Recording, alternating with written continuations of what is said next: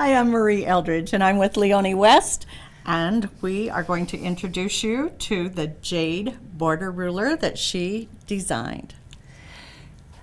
This is the Jade border, and it gives you two different borders. They are the same shape but different sizes. This one measures 4 inches from there to here. We have reference lines marked to help you, and the one underneath is 2 inches. So if you're working on a block that measures multiples of 2, 4, then you've got be able to start and create 1, 2, 3. You have a 12-inch block, and this one gives you the same in 2-inch spacing. And there are many different things we can do with this ruler. Okay, so here's some different designs, which I see lots of echoing. Lots of echoing.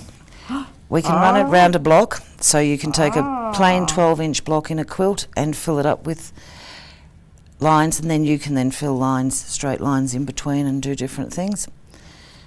And crossing them over, making them do something that you didn't think they'd quite do.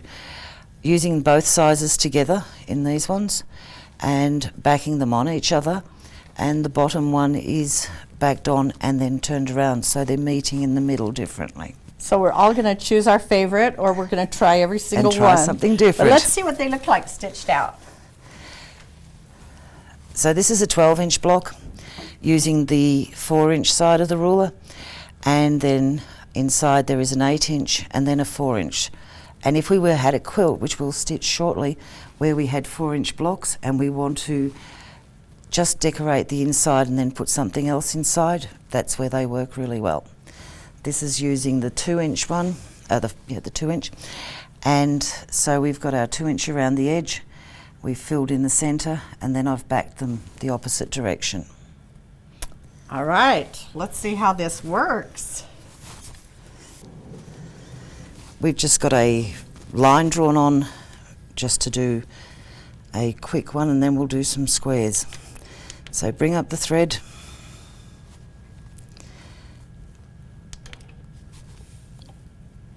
there's a reference line on here. It is the line of what I've drawn, and we're just going to sew it.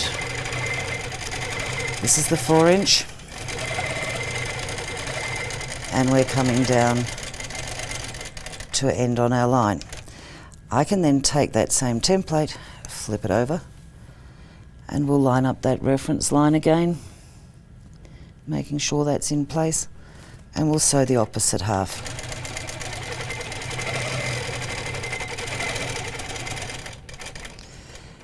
Because our template continues, we'll just continue down.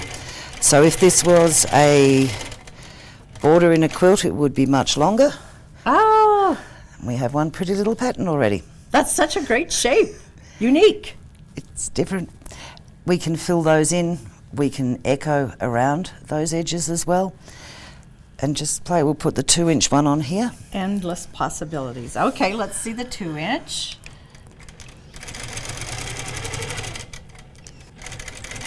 We'll come back down to this line, and we'll use the smaller one. So we line that reference line up. I like how that starts out where the hopping foot fits right in that little cutout. Dip's Yeah. been designed Yeah. to take the hopping foot.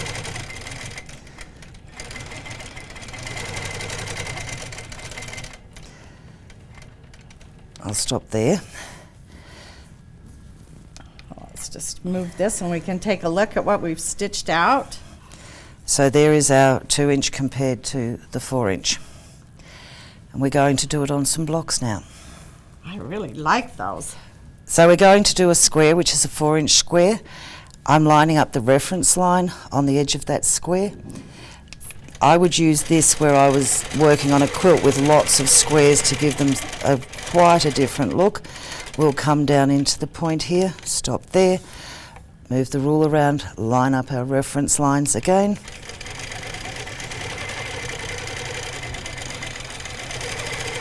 Come down to here. You're just working your way around Working the my block. way around the block.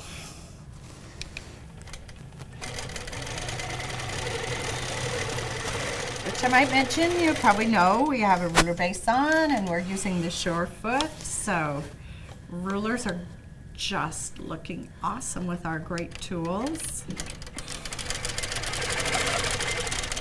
And we're going to end up in the corner. So we've ended where we began. And that gives us quite a nice, pretty pattern. Yes, yes. Different to just having a curve or a circle in here. And all of them look good, right? We're going to just do one little feathering line in here. And I'm going to move the template where we lined up our template originally on here. I'm moving it so that I'll line up on that second line where it touches the point. Okay. I'm not going to take this the whole way across. I will just come to where my foot touches there. If I was doing this on a quilt, I would do this in the same process. I will come in from this side, so this one in first, then come and do this in here, so the next one, and come in. So I'm going around continuously without having to backtrack. I think that's going to make such a great look, so I want you to come down to here and do one more. Just so Do another one? Just so we're kind of close to what it's going to look like. So I'm lining back up with what I've already sewn. So we're now double stitching this one.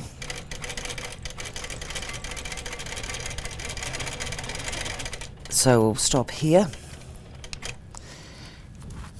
And we'll bring this in here. We'll bring our second line up as we did before, and sew the next one.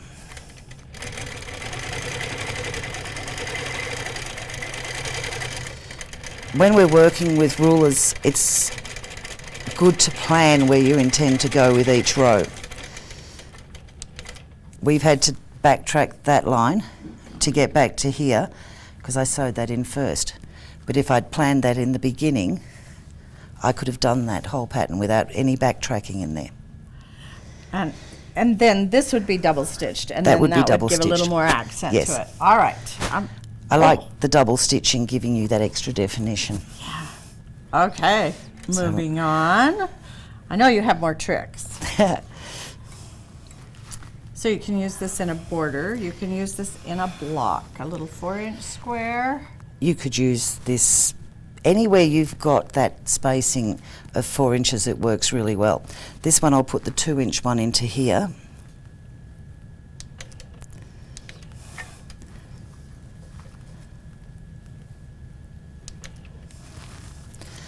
So we'll start with the 2-inch one here.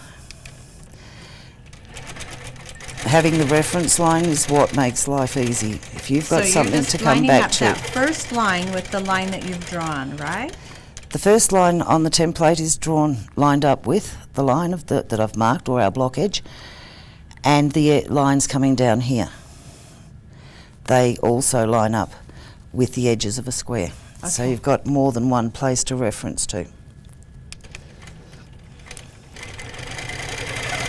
Oh, look at that.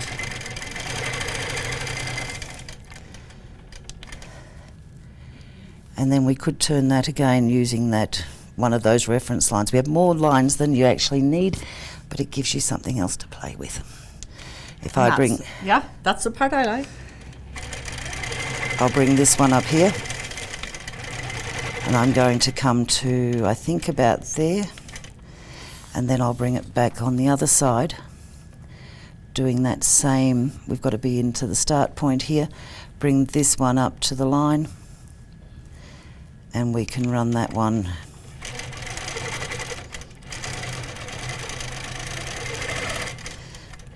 So we have two different patterns working. It's becoming more abstract. Right. And I like that modern feel. It's not quite going to be the same as this. We're getting another look from it. Total difference. Total difference. So they're just two of the things that you can do with it. It is a border tool for doing borders, filling in sashings. Let's move that out of the way. So again, that's the border, the jade Jade border. Now it's your turn, Marie. Show us what you can do. Okay, Well, we have an extra 4-inch block here, and I like that I can just get my needle ready. I have the needle down, I kind of tied off. I bring that ruler in and it fits right in that, just snug like that. All right, and I have it lined up, so as I go around, I just go right into the corner and that fits that 4-inch perfect. All right, let's see if I turn it around and take this one. I can put a baby one inside of there, and I just have all these nice grid lines. And then I've hit my line, right? So now I kind of want to go straight. What does that do?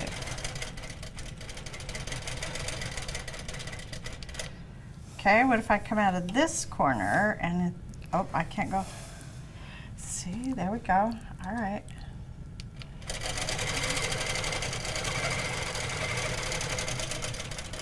Back into that corner, and now put a little one in. I always want to do like a little bit more. Is this going to go the right direction? Is that, or I need to be over on this side? To match that, you'd be on that side. I'd be on that side. Wow. These little hairs are little threads poking up like they're important, and they're not, so. Okay. And now we're going to put a little one in. Is that the right way? Mm-hmm. And I'm lined up on my line and lined up on my line.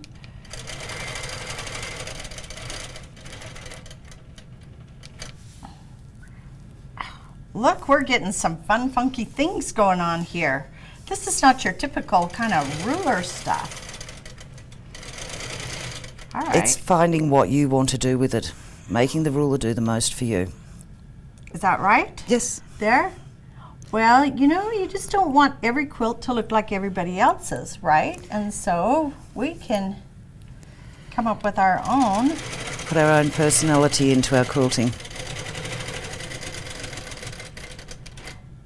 Oh, I really like this.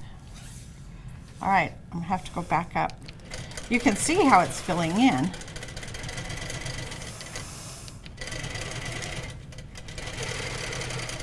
I also like that I have this edge that I can get it straight. I like all these different lines.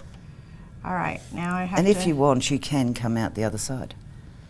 So it could be on this side of it. Okay, so I have to have it look like this. I'm sorry. So now help me get set. You Is were that right. right? You No, know, you I were was right. right. You know, it's like going around. There we go. Okay, there's my 1/4 inch. It's just such a little tip of that ruler that you're using that... Sometimes when I'm doing something different, I might want to have a line that reminds me to go back to somewhere. And I will just put a mark on my template with a piece of tape or with a whiteboard marker, which will just wipe off later on. So if I'm doing something that's completely different with it, I can put my own reference lines in there. Okay, let's take a vote and see if Marie knows what she's doing or if she should just let Leonie drive. It's kind of cool. It's kind of getting there. We got some fun things happening. Just some different ways of using it. Yep. We're all going to come up with ways that work for us, right? The more you play, the more you'll learn. Right, and I'm all about adding things to it, right? Yes, you Yes, can so- again add feathers to it. You can put straight lines through in here. You can have this repeating itself all the way through and echoing. Oh, well, I It's think I need to just keep quilting. So we'll just end this and then you and I can quilt. We But will. Good. Thanks, Leonie, for coming, and thank you for this great border template. Thank you for having us.